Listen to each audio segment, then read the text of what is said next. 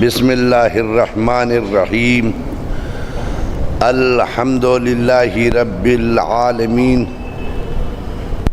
والعاقبۃ للمتقین والجنۃ للموحدین والنار للعاصین والصلاۃ والسلام والتحیۃ والاکرام علی النبی الامی القرشی الہاشمی المدنی مولانا ابی القاسم محمد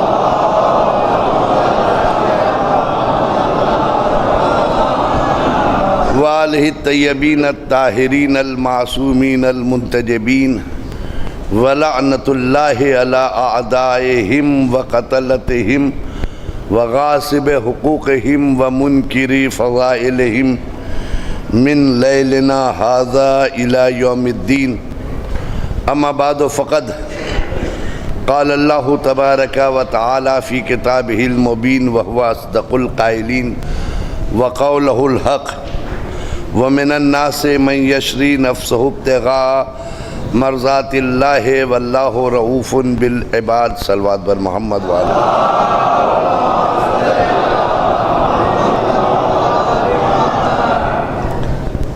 عزیزان محترم، میرے دوستوں، میرے عزیزوں، فرش عزائے حسینی پہ بیٹھنے والوں،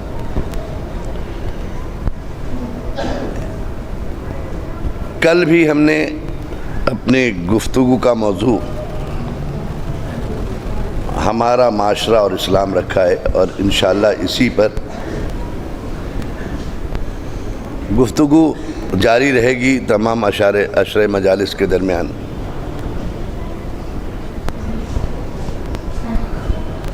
وہ نفس کو جو خدا نے خریدا، کیا ہمارے نفوس نہیں بک سکتے؟ اور اگر بک سکتے ہیں تو کیوں نہیں خدا کے ہاتھ بیچا جائے، بندوں کے ہاتھ میں کیوں بکے؟ سودا ہی کرنا ہے تو کسی بڑے سے سودا کریں، گر کے کیا کرنا؟ اگر بکنا ہی ہے تو جنت کے عوض میں بکے، پیسوں کے عوض میں کیوں بکے؟ اگر نفس کو بکنا ہی ہے تو کسی اہم شے کی عوض میں بکے، تھوڑی سی تعریف کی عوض میں کیوں بک جائے؟ یہ تعریفوں کی عوض میں بھی نفس بک جاتے، وہ زیادہ تر ممبر پہ بکتے ہیں۔ آپ تعریف کرتے جاتے ہیں، جو چاہتے آپ پڑھنا وہ ہم پڑھتے ہیں، جو اسلام چاہتا وہ نہیں پڑھتے، کیونکہ تعریف آپ کر رہے ہیں۔ تو ہم نے اپنے نفس کو آپ کی خواہشات کے مطابق چلا دیا۔ جی، جو چاہا آپ نے وہ ہم نے پڑھا۔ آپ نے چاہا کہ ہمارے نفس کو کبھی عبادت سے قریب نہ کیجیے، میں نے دلیلیں قائم کر دی، عبادت کی ضرورت ہی نہیں ہے، کیونکہ اس پہ آپ خوش ہوں گے۔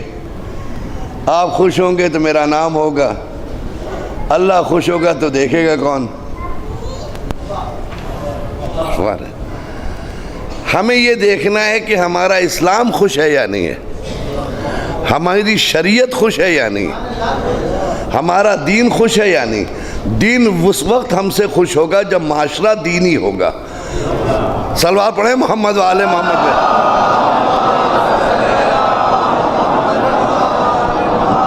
اس وقت ہمارا دین خوش ہوگا، اس وقت ہماری شریعت خوش ہوگا۔ بڑا کریم ہے پروردگار عالم، جس قدر بھی اس کی حمد و ثنا کی جائے وہ کم ہے۔ وہ ایسا کریم ہے کہ کائنات کا کوئی بھی انسان تصور نہیں کر سکتا وہ کتنا بڑا کریم ہے۔ ہمارے تصور کے پروازیں وہاں تک نہیں پہنچ سکتی جہاں اس کی کرامت ہے۔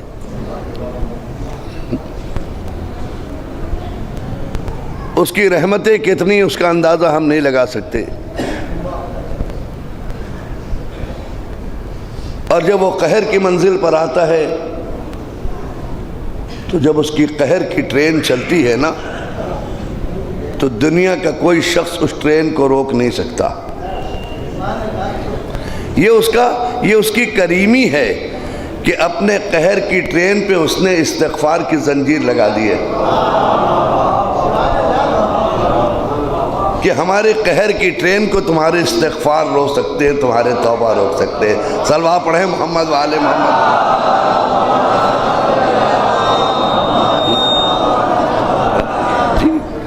اور فرمانے آپ ہلکی سی انگڑائی لیے، ابھی کل پرسوں کی بات ہے نا، کل ہی کی تو بات ہے، انگڑائی لی ہے زمین نے تو بلڈنگ والے سڑک پہ دکھائی دیے ہیں۔ تو سوچئے جب چاہے، اور جو محلوں میں بیٹھتے تھے جنہیں خدا یاد نہیں تھا، ایک انگڑائی نے انہیں اللہ والا بنا دیا۔ سب نیچے کھڑے ہو کے اللہ سے دعائیں کر رہے تھے۔ اور بڑا وہ اپنے اثرات دکھاتا ہے کہ تم کتنے آگے چلے گئے، دولت کی دہانے پہ کھڑے ہو، عیش کی بستر پہ لیٹے ہو، بستر راحت پہ آرام کر رہے ہو، جب میرا جھٹکا لگے گا۔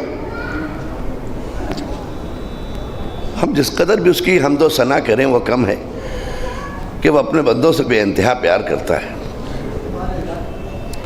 یقین مانیے ہم اس کے پیار کا احساس کر لیں اپنے خدا کے، تو ہم اپنے نفس کو اس کی غلامی کے لیے چھوڑ دیں گے، لیکن اس وقت ہوگا جب اس کے پیار کا احساس ہو جائے۔ ہم خدا کو تو مانتے ویسے ہی مانتے جیسے امی نے بچپن میں بتایا تھا، اللہ ایک ہے، باقی نہیں معلوم وہ کون ہے، کیسا ہے، کیا چاہتا ہے۔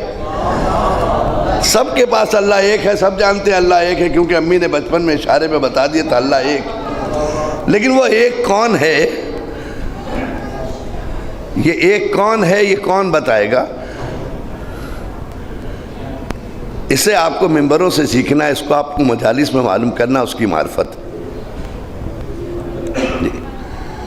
آپ کبھی سوچیے کہ جس سے ہم پیار کرتے ہیں، جس اہل بیت سے محبت کرتے ہیں، جن پر ہم جانے دیتے ہیں، کیا وجہ تھی کہ یہ اہل بیت ان کے گرویدہ رہے، کبھی ان سے الگ نہیں ہوئے؟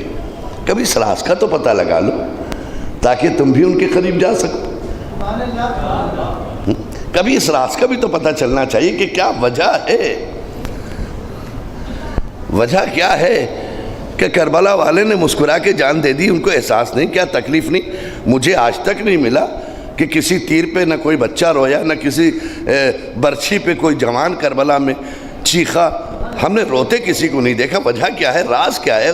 خون نکل رہا ہے تو تکلیف ہونی چاہیے، تو آخر تکلیف ان کو ہو کیوں نہیں رہی ہے؟ وہ آخر کون سا عشق ہے، وہ کیا چیز ان کے جسم میں آ چکی ہے کہ ان کے جسم کو کوئی احساس نہیں ہوتا؟ بتائیے کیا نہیں ہے، ایسی کون سی بھوک ہے مگر کسی سے ذکر نہیں کرتے میں بھوکا ہوں؟ تشنگی کا احساس نہیں ہونے دیتے کسی کو، حالانکہ یہ بہت پیاسے ہیں لیکن پھر بھی احساس نہیں۔ وجہ کیا ہے؟ وجہ یہ کہ جب انسان کسی عشق میں ڈوب جاتا ہے،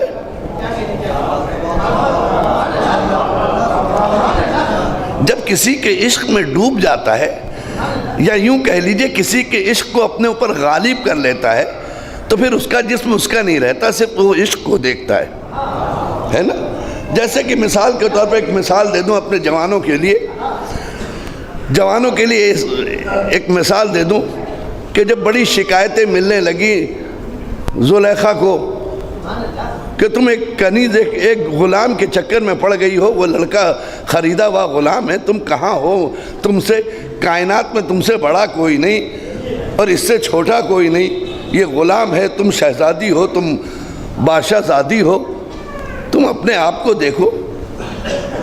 لیکن وہ کیسے لوگوں کو بتائے کہ میں اس کو غلام کی نظر سے نہیں دیکھ رہی ہوں؟ یہ احساس دلائے تو کیسے؟ جب طنز زیادہ بڑھ گئے تو عاجز آ کے اس نے کہا میں بتا دوں میں کیوں گرفتار ہوں؟ کہا بتاؤ؟ کہا کل سب کے سب آنا، ساری جتنی لڑکیاں تھیں، وزیر زادی ہو یا شہزادی ہو، ساری آ گئیں، علاقے کی خوبصورت ترین لڑکیاں ساری وہاں پر موجود ہیں، بادشاہ کے گھر کی بچی کیسی، وزیر کے گھر کی بچی کیسی، آپ سوچیے۔ اور سب کو آپ کو واقعہ معلوم، مجھے واقعہ نہیں، مجھے کربلا سے تار کو جوڑنا ہے اور اس تار کو آپ تک پہنچانا ہے، کیونکہ ہمارے معاشرے میں اس تار کی بہت ضرورت ہے۔ ہمارے معاشرے میں یہ تار جس دن جڑ جائے گا یہ معاشرہ دوسرا ہوگا، ایسا نہیں ہوگا جیسا آج ہے۔ اس نے صرف اتنا کیا کہ یوسف کو سنوارا، یوسف کو سنوارا، اور اس سے کہا کہ صرف اتنا آپ زحمت کیجئے، جب میں بلاؤں تب آئیے گا، آپ ٹھہرے رہیے۔ سب کو قطاروں میں بٹھایا اور سب کو ایک چھری اور ایک سیب دے دیا کہ جب یوسف نکلے تو اسے کاٹنا، اس سے پہلے نہیں کاٹنا۔ پردہ ہٹایا اور جناب یوسف نکلے، کہا آپ اپنے سیبوں کو کاٹ لینا۔ وہ یوسف کو دیکھ رہی تھی اور سیب کاٹتی چلی گئی، یہاں تک کہ ان کی انگلیاں کٹ گئیں۔ قرآن نے کیا کہا؟ فَقَطَّعْنَ أَيْدِيَهُنَّ، ان لوگوں نے اپنی انگلیاں کاٹ ڈالی۔ کٹ گئی قرآن نہیں کہہ رہا ہے، دیکھیں کٹ جانا حادثہ ہے، کاٹ دینے کا مطلب ہم جان رہے کہ کٹ رہی ہے۔ دیکھیں دونوں میں فرق ہے، کٹ جانا حادثہ ہے کہ حادثے میں کٹ گئی، احساس نہیں ہوا۔ قرآن کہہ رہا فَقَطَّعْنَ أَيْدِيَهُنَّ، اپنی انگلیاں کاٹ دی۔ بھئی یہ کیا دیکھ رہی تھی؟ اصلی حسن یوسف تک نہیں پہنچی تھی، ظاہری حسن تھا۔ جب ظاہری حسن پر آدمی نظر ڈال دے تو کٹتی ہوئی انگلیوں کا احساس نہیں ہوتا۔ تو کربلا والوں کے بعد تو حسن الہی تھا۔ صلوات پڑھیں نا محمد و آل محمد۔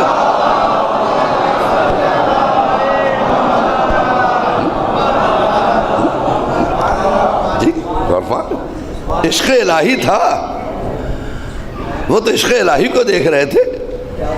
عشق الہی ان کے من میں بس چکا تھا۔ یہ زبانی اشہد ان لا الہ الا اللہ نہیں کہتے تھے، یہ توحید کے عاشق تھے، عشق خدا میں ڈوبے ہوئے تھے۔ تو اب ان کی انگلیاں کٹے یا ان کی گردن کٹے انہیں احساس نہیں ہے، انہیں تو اس کا احساس ہے کہ ہم کتنی جلدی اس سے مل جائے، جا کے کتنی جلدی اس سے مل جائے جس کے ہم عاشق ہیں۔ غرفان ہے آپ، یہی وجہ ہے کہ آج بھی ہمارے معاشرے میں آقا حسین سے عشق ہے، ہمارے ہر شیعہ بچے کو حسین سے عشق ہے۔ یہ عشق کی منزل ہے کہ وہ بچہ جب آگ پہ چلتا ہے تو جلتا نہیں ہے۔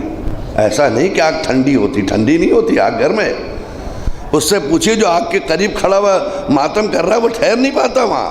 آگ میں جانا چھوڑیے، اس کی آنچ جو آ رہی ہے، جو کھڑا ماتم کر رہا ہے اسے احساس ہے بہت تیز آگ جل رہی ہے، لیکن اسے احساس نہیں جو آگ میں گزر رہا ہے۔ ٹھیک ہے نا؟ کیوں ایسا ہوتا ہے؟ کیونکہ یہ حسین سے عشق کا نتیجہ ہے۔ جب پاکیزہ عشق پیدا ہو جائے تو آگ جلاتی نہیں ہے، آگ جلاتی نہیں ہے۔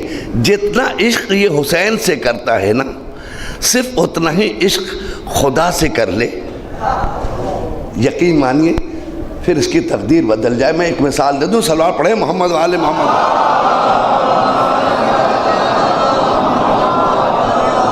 ہمارے معاشرے میں ہمارے جتنے نفوس ہیں ہمارے معاشرے میں، بالخصوص آل محمد کے چاہنے والوں میں، جتنا حسین سے عشق ہے اتنا ہمارا عمل نہیں ہے ابھی۔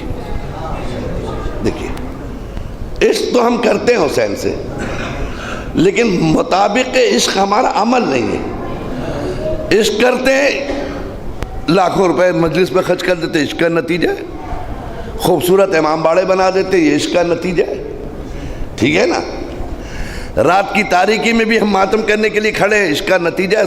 ساری رات ماتم کرتے، 20 کلومیٹر چلتے، یہ عشق کا نتیجہ ہے، عشق حسین کا ہے۔ جاڑے کی رات کا اثر نہیں، برفیلی ہواؤں کا اثر نہیں، دھوپ کی تماست کا اثر نہیں، یہ عشق کا اثر ہے، کیونکہ ہم نے عشق حسین کو حاصل کیا۔ تو یہاں کسی تبلیغ کی ضرورت نہیں ہوتی ہے۔ جس دن یہ قوم حسین کے عشق کے ساتھ مقصد حسین سے بھی اتنا ہی عشق کر لے، عشق حسین کے ساتھ مقصد حسین سے بھی اتنا ہی عشق کر لے، تو خدا کی قسم اس قوم کی پیٹھ پر کوئی ہاتھ نہیں رکھ سکتا. وہ عظیم قوم ہے, وہ عظیم قوم ہے. میں مثال دے دوں کیسا عشق ہے. بغیر بولے ہوئے مجلس ختم ہوئی, مجلس ختم ہو گئی, نوحہ ختم ہو گیا. کوئی صاحب باہر سگریٹ پی رہے تھے, کوئی چائے پی رہا تھا, کوئی باتیں کر رہا تھا. ہوتا ہے بھائی, مجلس ختم ہو گئی, باہر نکل گئے لوگ, کچھ آپس میں گفتگو. اتنے میں نوحہ ختم ہوتے ہی ایک صاحب کھڑے ہوئے, انہوں نے کہا السلام علیکم یا ابا عبداللہ. چائے والے نے چائے رکھ دی, گفتگو والے نے گفتگو تک کر دی. سب قبلہ کی طرف رخ ہے نا, ہر ایک کا رخ قبلہ کی طرف ہے, ہر ایک کا منہ قبلہ کی طرف ہے. سگریٹ والے نے سگریٹ چھپا لی, ایسے کر کے پڑھ رہا. بھائی میں نے پوچھا کہ کیا اعلان ہوا کہ با ادب با ملاحظہ اب زیارت پڑھی جا رہی ہے, آپ لوگ ہوشیار رہیے. اعلان ہوا تھا زیارت پڑھنے سے پہلے؟ نہیں ہوا تھا نا. جو بیٹھا تھا کھڑا ہو گیا. بھائی یہ کس مدرسے میں پڑھایا گیا ہے؟ کسی مدرسے میں نہیں پڑھایا گیا نا. لیکن ہم احترام کرتے ہیں نا. جب السلام علیکم کی صدا آئے تو ہمیں یہ بتا دیا گیا ہے کہ اگر تم حسین کے عاشق ہو تو کھڑے ہو جاؤ, ٹھیک ہے؟ تو جس طرح اگر ہمیں یہ بتایا گیا تو ہم سارا کام چھوڑ کے کھڑے ہو جاتے ہیں, اسی طرح اگر ہمیں یہ بتا دیا جائے کہ جب مؤذن کی اذان آئے حیا علی خیر العمل, اچھے عمل کی طرف دوڑو.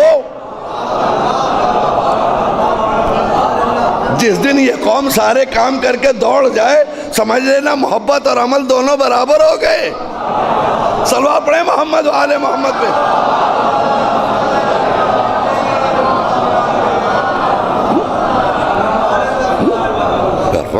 سمجھ لیجئے یہ عمل اور محبت دونوں لیول میں آگئے. اور جس دن لیول میں آگئے, اسی کا نام تقویٰ ہے. تقویٰ کیا چیز ہے؟ کوئی آسمان سے تھوڑی آتا ہے. تقویٰ ہے کیا چیز؟ کہ جس دن آپ لبیک کہنا سیکھ جائیں گے, اس آواز پر جب مسجد سے آتی ہے, اسی طریقے سے ابھی کسی نے نہیں, اگر آپ کسی سے کہیے بھائی 2 منٹ بیٹھ جاؤ, نہیں زیارت ہو رہی ہے, یعنی اس کو احساس ہے یہ خلاف ادب ہے کہ ہم بیٹھے رہیں اور کوئی زیارت پڑھتا رہے. حالانکہ وہ امام باڑے میں نہیں, باہر ہے, روڈ پہ وہاں سے گھوما ہوا ہے وہ. حالانکہ وہ کمرے میں کھڑا ہو گیا وہاں سے.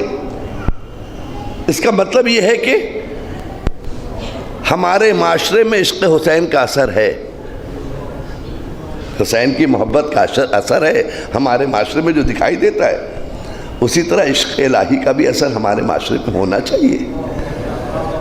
جس دن یہ آواز آ جائے گی نا, اس دن اس معاشرے سے بہتر معاشرہ نہیں ہے. اور حسین کربلا گئے اسی لیے تھے کہ نظام حیات بدل دے, نظام حیات کو نظام شریعت سے ملا دے لے جا کر.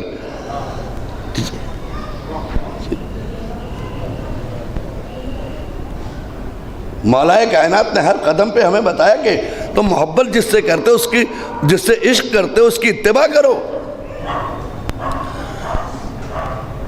شب ہجرت مولا کائنات نے جب یہ آیت نازل ہوئی کہ اللہ کے بندے ایسے بھی ہیں جو اپنے نفس کو بیچ دیتے ہیں مرضات الہی کے لیے, اللہ اپنے بندوں پہ بڑا مہربان ہے, اس رات کو علی نے اتباع بھی کی ہے اور اطاعت بھی کی ہے.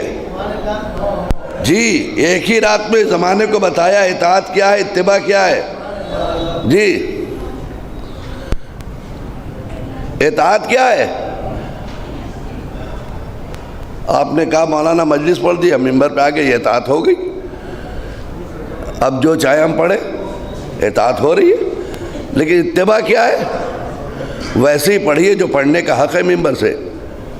اپنے دل سے نہ پڑھیے, اپنے دل سے نہ پڑھیے. جو پڑھنے کا حق ہے یہ اتباع ہے, اتباع رسول, وہ پڑھیے. جس کو پڑھتے ہوئے میثم نہیں ڈرے وہ پڑھیے, جس کو پڑھتے ہوئے بلال نہیں ڈرے.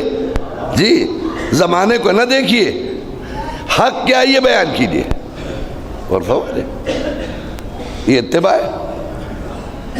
علی نے شب ہجرت دونوں کام کیا. جب رسول نے کہا سو جاؤ، جیسے ہی سوئے یہ ہوئی اطاعت، اور ویسے سوئے جیسے رسول سوئے تھے. یہ تھی اتباع. صلوات پڑھے نا محمد و آل محمد.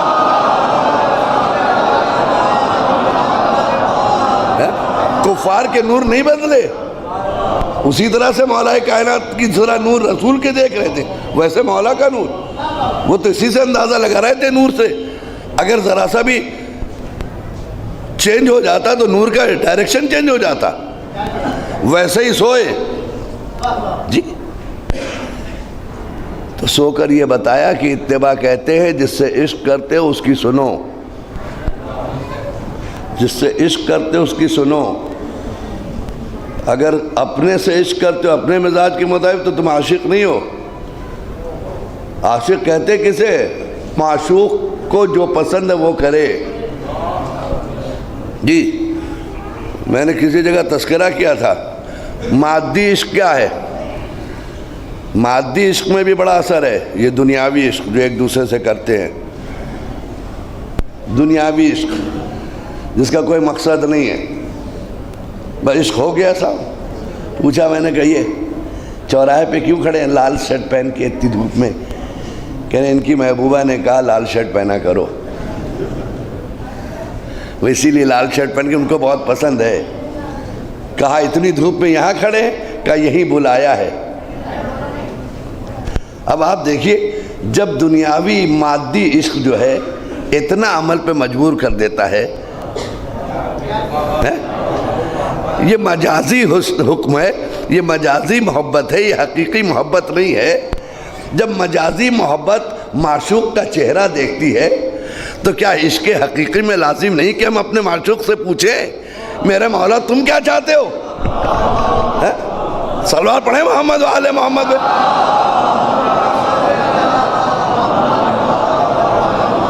کیا ہم اپنے مولا سے نہ پوچھیں کہ مولا آپ کیا چاہتے ہیں؟ اس کو ذہن سے نکال دیجئے. آپ جو چاہیں گے وہی مولا کو پسند نہیں. مولا کی پسند سے اپنے ذہن کو ملائیے. اپنے ذہن کے مطابق مولا نہ بنائیں، آپ اپنے ذہن کو مولا کے مطابق بنائیے. جی آپ کا ذہن کچھ چاہتا ہے، آپ کا دل کچھ چاہتا ہے، لیکن ضروری نہیں کہ آپ کا جو دل چاہتا ہے وہ آپ کریں. یہ پوچھئے میرا مولا کیا چاہتا ہے. اب ایک جملہ کہہ دے، حالانکہ آپ بڑی تعریف کرتے ہیں اس جملے پہ، اس شعر پہ بہت تعریف ہوتی ہے صاحب اس شعر پہ. بتا اے ماتم سرور سے روکنے والے، ہے نا، اس یہ مثال بڑا مجمع اٹھ کے تعریف کرتا ہے. بتا اے ماتم سرور سے روکنے والے، میرے لہو پہ تجھے اختیار کس نے دیا. ارے صاحب واہ واہ واہ واہ. سفسطہ ہے، دھوکہ، یہ شعر نہیں ہے، یہ گمراہی ہے. اس لیے کہ جب تم کہہ رہے ہو کہ بتا ہے ماتم سرور سے روکنے والے، یہاں پڑھ رہے ہو ان میں سے کون ہے جو ماتم سرور سے روکتا ہے کون جو ماتم سرور سے روک رہا ہے؟ اگر تمہاری مراد کسی اور کی ہے تو پھر وہاں جاؤ، یہاں کیا کرنے آئے ہو؟ یہ پیغام وہاں جا کے دو. صلوات پڑھیں نا محمد و آل محمد پہ.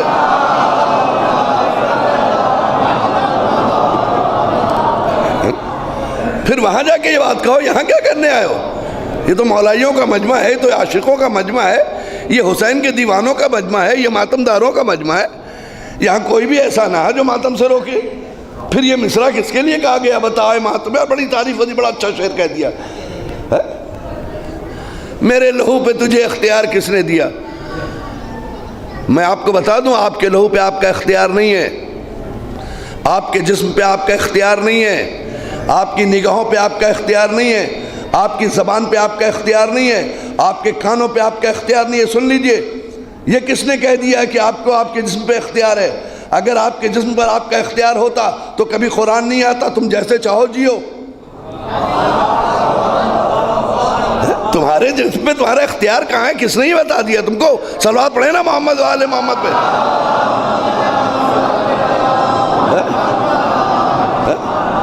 آپ بتا دیجئے آپ کی زبان پہ آپ کو اختیار ہے؟ نہیں ہے. آپ کو وہی بولنا ہوگا جو اللہ چاہتا ہے.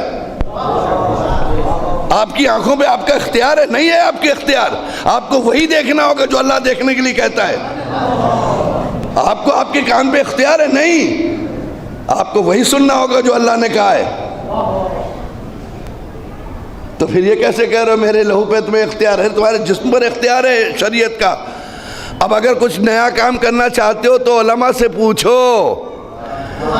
کہ حضور شریعت کہتی ہے، اجازت ہے جی. اور اگر تم اپنی مرضی سے کرتے ہو تو خلاف شریعت ہے.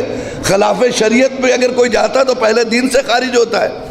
دین سے خارج ہونے کے لیے چہرہ بدلنا ضروری نہیں ہے. کبھی کبھی نام محمد علی ہے اور کافر ہو چکا ہے وہ.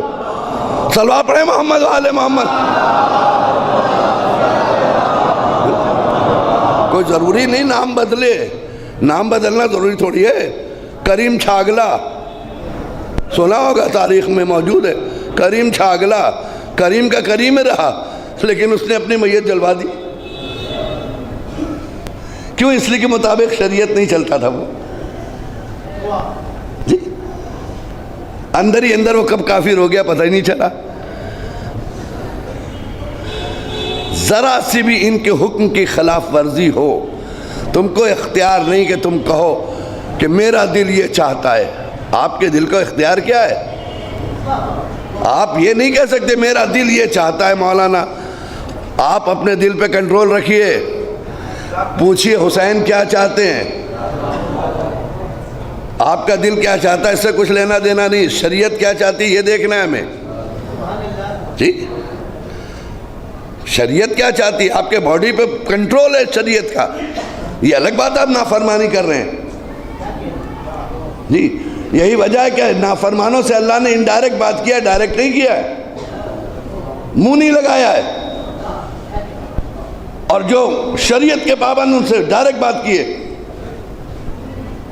قرآن میں دیکھیے جگہ جگہ یا ایھا الذین آمنوا ڈائریکٹ بات کر رہا ہے. اے ایمان والو آپس میں بات کرے، تم ایسا کرو، اتقوا اللہ، اللہ کا خوف کرو، کونوا مع الصادقین، سچے کے ساتھ ہو جاؤ. ڈائریکٹ بات کر رہا ہے. اور کچھ لوگوں سے کہتا قل لا اسألکم، میرے نبی ان سے کہہ دو کچھ نہیں چاہیے مجھے، اہل بیت سے محبت کرو. قل هو اللہ احد، یہ کہاں پڑے ہوئے ہیں؟ ان سے کہو اللہ ایک ہے. قل یا ایھا الکافرون، ان سے کہہ دو اے کافرو، ہے نا. کیوں؟ میں نے بہت تلاش کیا تو مجھے یہ منظر گھر میں ملا. جب ہم نے اس کا مفہوم سمجھا، بات تو اللہ نے کی، یہ گھما کے کی اور ایک ڈائریکٹ کی. ایسا کیوں؟ ایک انڈائریکٹ کسی سے کہا تم کہہ دو، تم کہہ دو، ان سے کہہ دو. ایک باپ کے دو بیٹے، ایک لائق ایک نالائق، دونوں اسی باپ کے بیٹے، مگر ایک لائق ہے ایک نالائق ہے. لائق بیٹے سے باپ کرتا ہے ڈائریکٹ بات،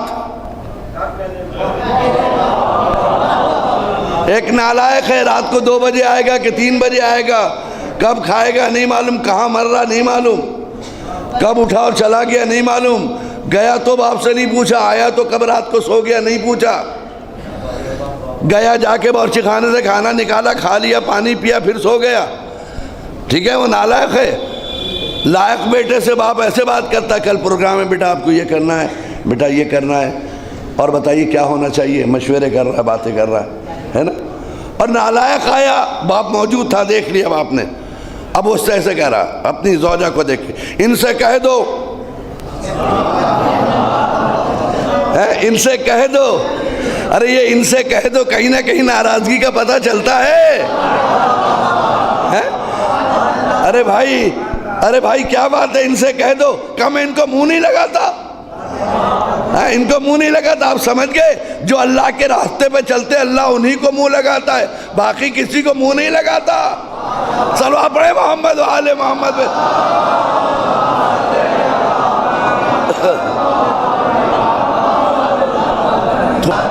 فرش زہرا سے کون کیا لے کے جا رہا ہے تو اپنا اپنا مقدر ہے. جس کو جو چاہیے اس در پہ سب کچھ ملتا ہے، اس در پہ سب کچھ ملتا ہے. صرف آپ کے آنے کی نیت دیکھتے ہیں وہ کیا ہے جی، کہ آپ زہرا کے گھرانے کو اپنے گھر میں جگہ دینے کے لیے آئے ہیں تو آپ کو کردار ملے گا، لے جائیے، آپ کا گھر سنور جائے گا اگر کردار زہرا آپ کے گھر پہنچ گیا، کردار اہل بیت، کیونکہ کردار اہل بیت ہی کردار اسلام ہے، اور کردار اسلام ہی کو حق ہے کہ معاشرے پہ حکومت کرے، کسی اور کے کردار کو ضرورت نہیں۔ معاشرے پہ اگر کوئی حکومت کر سکتا ہے تو صرف کردار اسلام ہے، ورنہ کسی کو نہیں۔ وہ تو آپ پر ڈیپینڈ کرتا ہے کتنا خلوص آپ میں ہے، وہ خلوص دیکھتی ہیں، اللہ خلوص دیکھتا ہے، اخلاص دیکھتا ہے۔ اس نے پورا سورہ ایک عدد نازل کیا جس کا نام ہی سورہ اخلاص ہے، مکمل خلوص کا سورہ ہے، سورہ اخلاص۔ جی وہ آپ کا اخلاص دیکھتا ہے، آپ کی زبان نہیں دیکھتا، آپ کی لینگویج نہیں دیکھتا کہ بنگالیوں کی اردو کیسی ہے، امروہہ والوں کی اردو کیسی ہے، لکھنؤ والوں کی اردو کیسی ہے، حیدرآباد والے کیسی اردو بولتے ہیں، عرب والے کیسی عربی پڑھتے ہیں، نائجیریا کے کالے جو ہیں وہ عربی کیسی پڑھتے ہیں، وہ یہ نہیں دیکھتا۔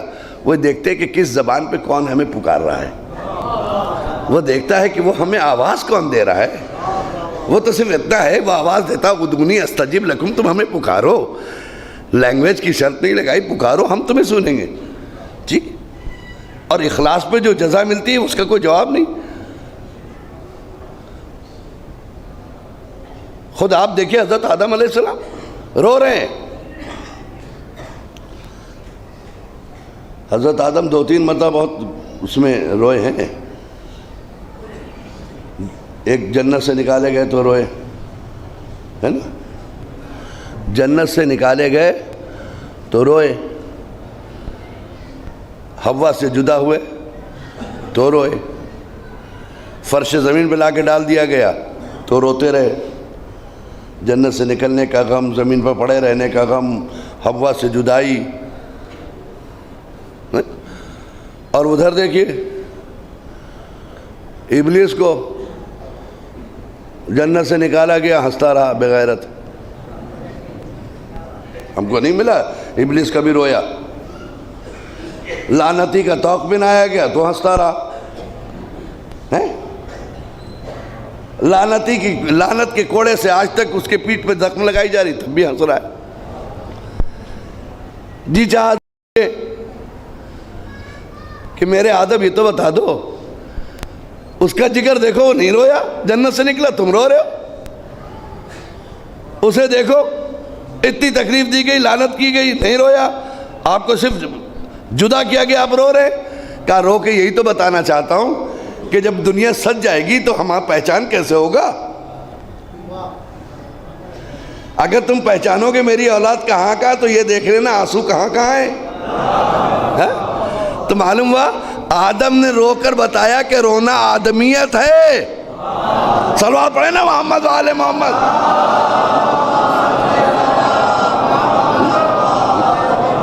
جی جہاں انسانیت ہوگی، آدمیت ہوگی، وہاں آنسو ہوگا۔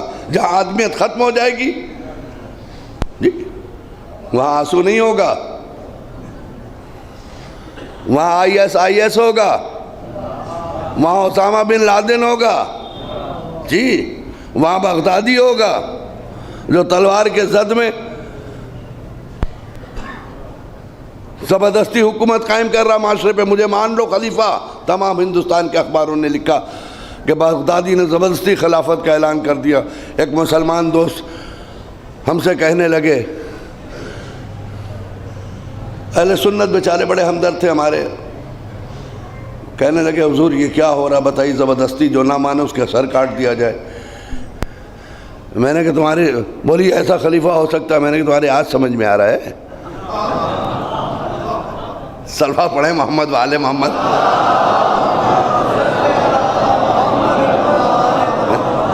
جی پوری دنیا پریشان ہے، ہر مسلمان پریشان ہے، یہ نہیں ہے۔ کیوں؟ اس لیے کہ وہ اسلام پر معاشرے کو انڈیلنا چاہ رہا ہے۔ جو معاشرہ چاہتا وہ اسلام کرے۔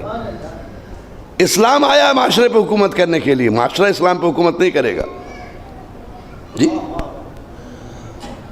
آپ اپنے جسم پر اسلام کی حکومت قائم کیجیے۔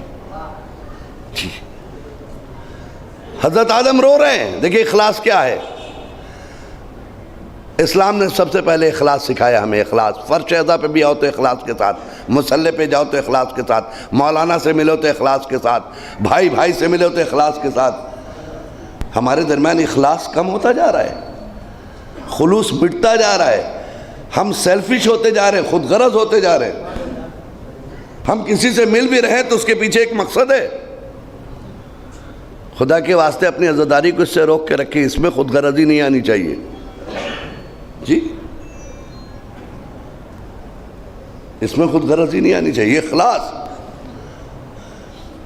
حضرت آدم رو رہے ہیں, کوئی نہیں, there was not a single person, ایک بھی انسان نہیں وہاں پہ, اکیلے ہیں نا, پہلا آدمی ہے زمین پہ.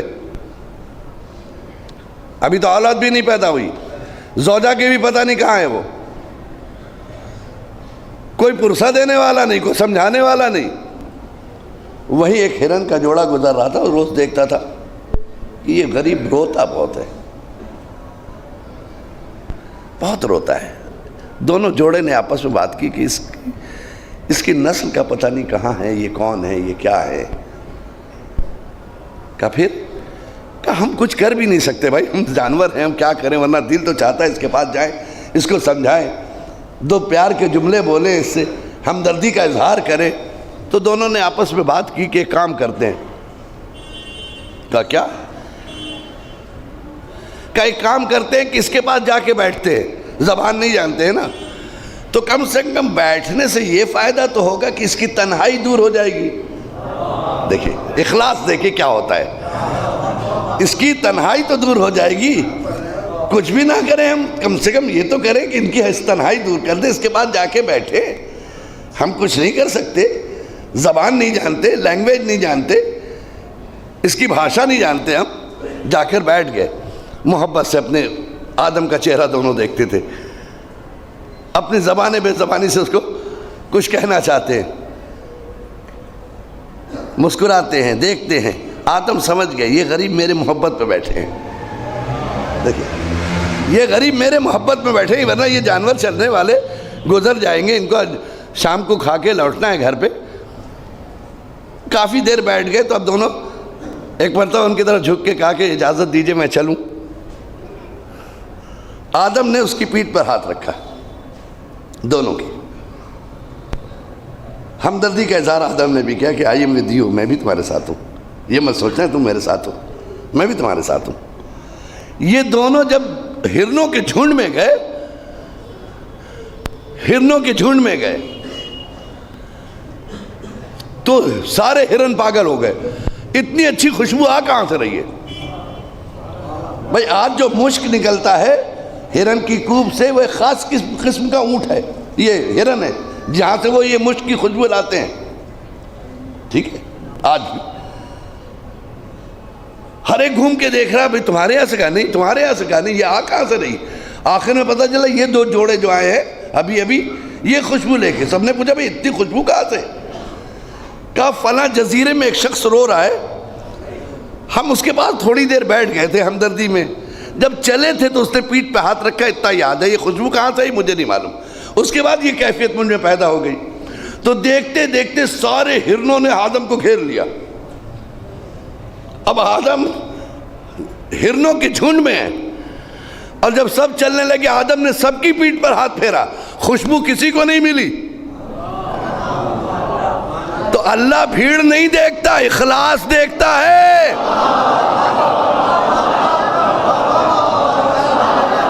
صلوات پڑھیں نا محمد والے محمد پہ.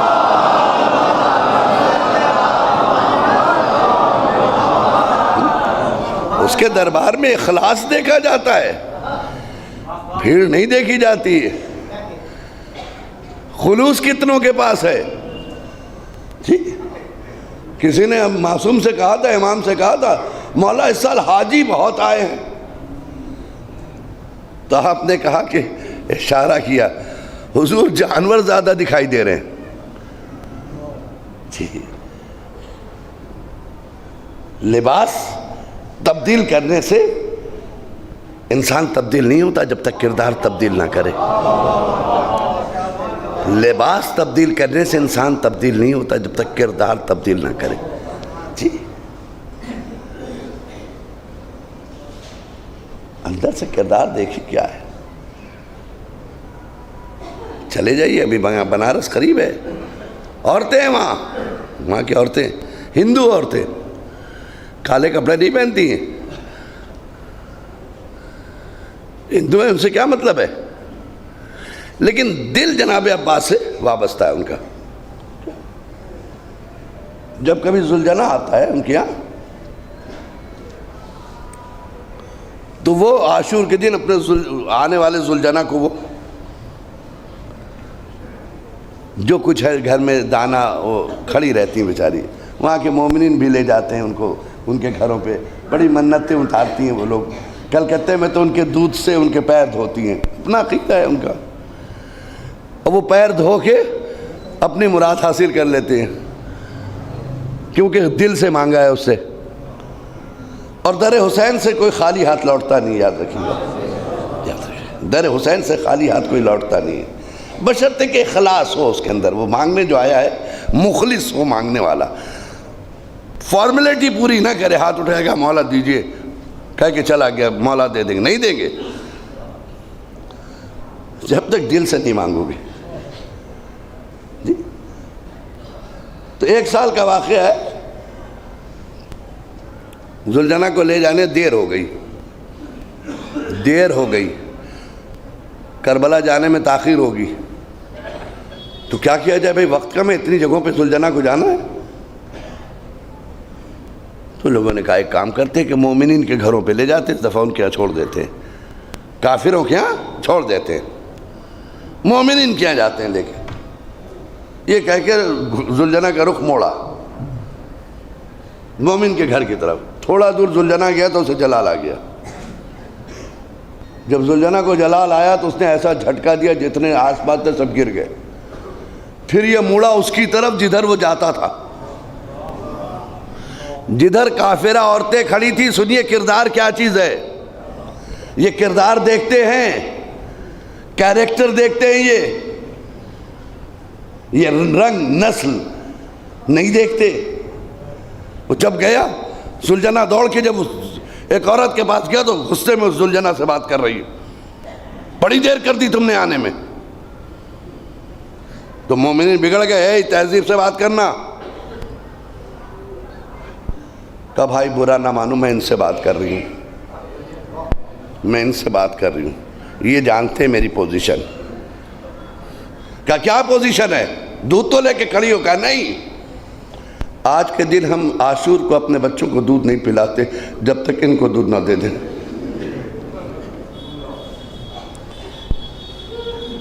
ہمارے بچے بھوکے تھے اس لیے میں نے ان سے ایسا کہا. یہ اخلاص ہے عزیزو، اس در پہ اخلاص دیکھا جاتا ہے. اگر اخلاص نہیں ہے تو کچھ نہیں ہے. آج عزاداری زندہ ہے، خدا کی قسم. سلام کیجئے ان بزرگوں کو جنہوں نے یہاں تک پہنچا دیا. اب تک بڑے آرام سے دروازہ کھول کے ماتم کر رہے ہیں آپ. ہزاروں کا جلوس امروہہ میں گھومتا ہے، کائنات میں یا حسین کے صدائیں پوری کائنات میں گونجتی ہیں بے خوف. آپ نہیں سنیں گے کسی راستے پہ کسی بچے کو کسی نے حسین کہنے پہ تماچا مارا ہے. اپنے ان پرخوں کو، اپنے ان آباء و اجداد کو سلام کرو جنہوں نے قربانیاں دے کر حسینیت کو یہاں تک پہنچایا ہے تم تک. کہ جہاں اس بات پر قتل کیا جاتا تھا کہ 2 بیٹے ہو تو ایک کو لے کے جاؤ گے کربلا، ایک کٹوانا ہوگا، کہ ان میں سے جو پسند ہے کاٹ دو، مگر حسین تک جانے دو مجھے. خدا کی قسم اگر واقعی ہم مومن ہیں، واقعی ہم حسین کے چاہنے والے ہیں، میرا ایک ہی میسج ہے، وہ پیغام جو کربلا میں خدا نے حسین نے دیا تھا اسے اپنے گھروں میں ہم جگہ دیں. جب تک ہم اسے اپنے گھر نہیں لائیں گے تب تک ہمارا معاشرہ بدلے گا نہیں. عزیزو میں کبھی کبھی سوچتا ہوں کہ کیا وجہ ہے کہ وہ حسین کہ جس نے جا کے خود تبلیغ کی مگر اس تبلیغ کا کوئی اثر نہیں ہوا. پھر کیا وجہ تھی کہ حسین، میں سوچتا ہوں 9 کے نیزے پہ حسین نے تلاوت کیوں کی تھی؟ ایک بہت بڑا سوال ہے. حسین کی ذاتی معجزہ تھی، وہ بھی کن کے سامنے؟ میں سوچتا تھا چیزوں اس کا راز کیا ہے. وہ حسین کے جس نے علی اکبر کے میت پہ ایک مرتبہ خطبہ کہا تھا کہ ظالموں ابھی بھی یہ خون میرے اختیار میں ہے، اگر تم دین قبول کر لو تو میں علی اکبر کا خون معاف کر دوں گا.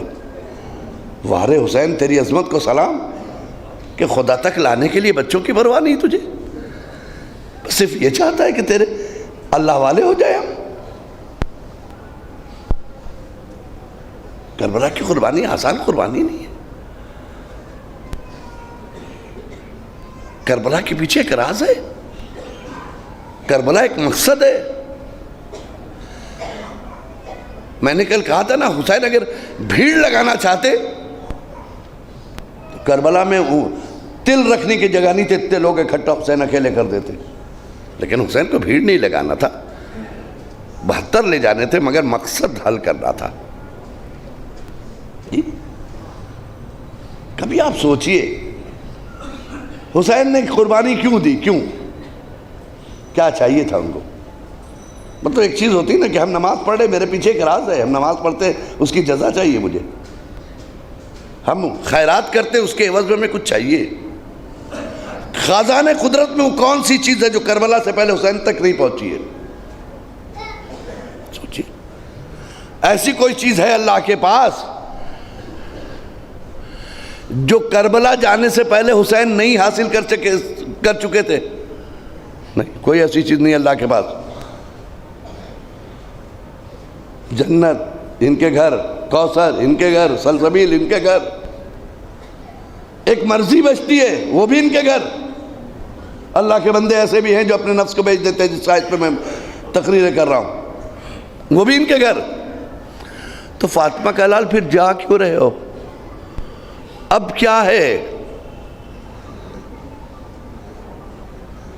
تو حسین کہیں گے ہمیں تو سب کچھ مل گیا، ہم اپنی امت کو بچانے اب جا رہے ہیں. انہیں کوئی تکلیف نہ پہنچے، انہیں دین دینا ہے، اس کے لیے ہمیں قربان ہونا پڑے، دین الہی کو بچانا ہے ہمیں. میرے اللہ کا دین بچ جائے، مجھے علی اصغر نہیں چاہیے، مجھے علی اکبر نہیں چاہیے، مجھے قاسم نہیں چاہیے، مجھے دین الہی چاہیے. مجھے وہ عدالت قائم کرنی ہے جس کو یزید نے ختم کر دیا ہے. میں سوچتا تھا کیا وجہ ہے کہ اللہ پر سورہ کہف کی تلاوت کر رہے. سورہ کہف جب میں نے اس کا پتہ لگایا اپنے حساب سے، مصلحت حسین نہیں کہہ سکتا کہ میں جو کہہ رہا ہوں وہی حسین وہ چاہ رہے تھے، نہیں، وہ امام ہے، اس کی مصلحت وہ خود جانتا ہے. ہم تو صرف خیال کر سکتے شاید ایسا ہو، ہم تو یہی کہہ سکتے شاید ایسا ہو. میں نے جو تحقیق کی عزیزو، بہت میں رویا. حسین نے تلاوت کیوں کی؟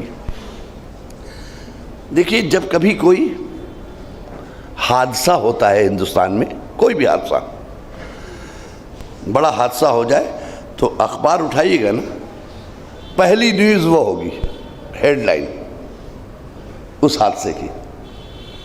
لیکن اگر گورنمنٹ نہیں چاہتی کہ اس حادثے پہ سب کی نظر ہو تو فوراً ہی کوئی دوسرا حادثہ پیش ہو جاتا ہے، تو پھر وہ لے لیتا، یہ اندر چلا جاتا اخبار کے پیچھے حصے میں. یہ خبر ہوتی مگر پیچھے ہوتی ہے، اور ہم آپس میں سمجھ جاتے ہیں اس بات کو. جانتے ہو یہ حادثہ کرایا گیا تاکہ ادھر سے نگاہیں ہٹ جائیں، ہے نا، ہوتا ہے نا. اب سنی حسین تلاوت کیوں کر رہے تھے. سرزمین کربلا کا بعد شہادت حسین جو سب سے بڑا حادثہ تھا، کربلا کی سرزمین کا جو سب سے بڑا حادثہ تھا، وہ زینب کی بیردائی تھی. سرزمین کربلا کے سب سے بڑے حادثے کا نام ہے زینب کی بے رضائی. یعنی سمجھ لیجئے کہ زینب اس وقت شہید ہو گئی ہے نا. زینب شہید ہو گئی. بکریاں ذبح کی جاتی ہیں, مرغیاں ذبح کی جاتی ہیں, جانور ذبح کیے جاتے ہیں, مچھلیاں ذبح نہیں کی جاتی. مچھلی کی موت کب ہوتی ہے, کب کہی جائے گی؟ ذبیحہ جب اسے زندہ پانی سے نکال لو, پانی سے الگ کرو گے وہ مر گئی. اسی طرح ہمارے اہل بیت کے گھرانے کی بیویاں,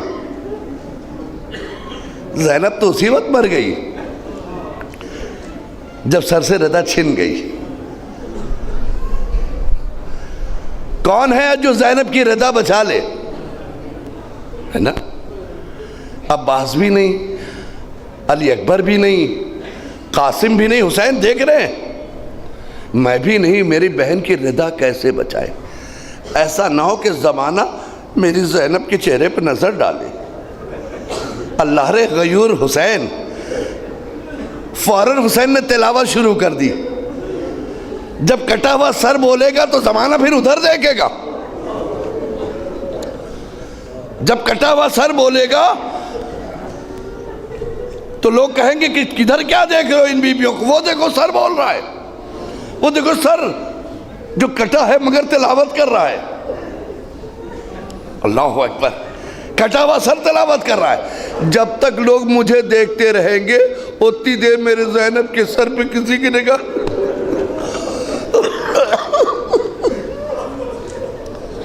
اتنی دیر تک میری زینب محفوظ رہے گی. اللہ رے حکمت. اس لیے حسین نے یہ بڑا حادثہ کیا کہ دیکھو کٹا ہوا سر بولتا ہے. تلاوت کرتا ہوا سر جا رہا ہے.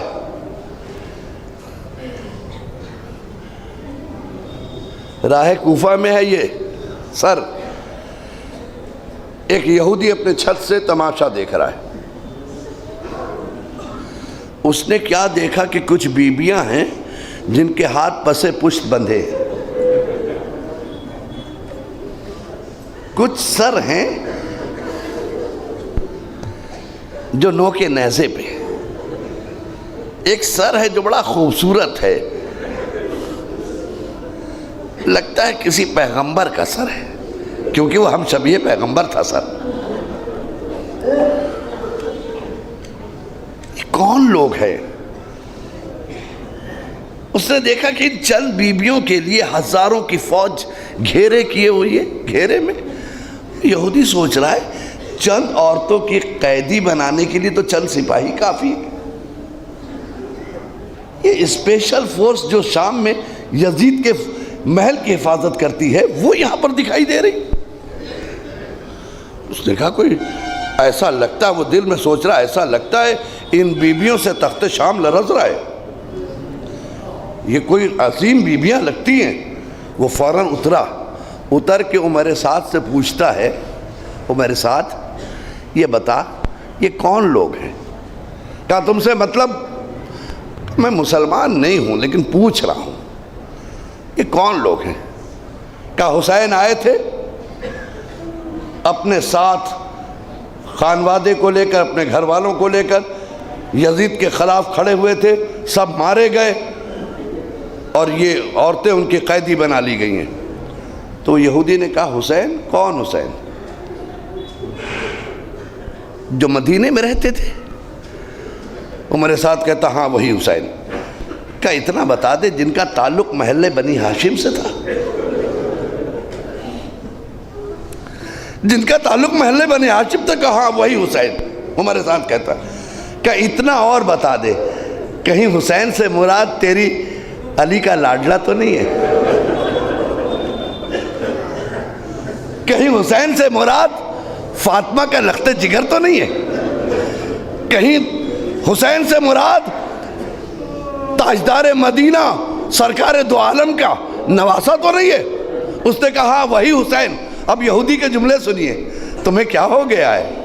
میری آنکھوں نے دیکھا ہے رسول اس کے گلے کا بوسہ لیتے تھے.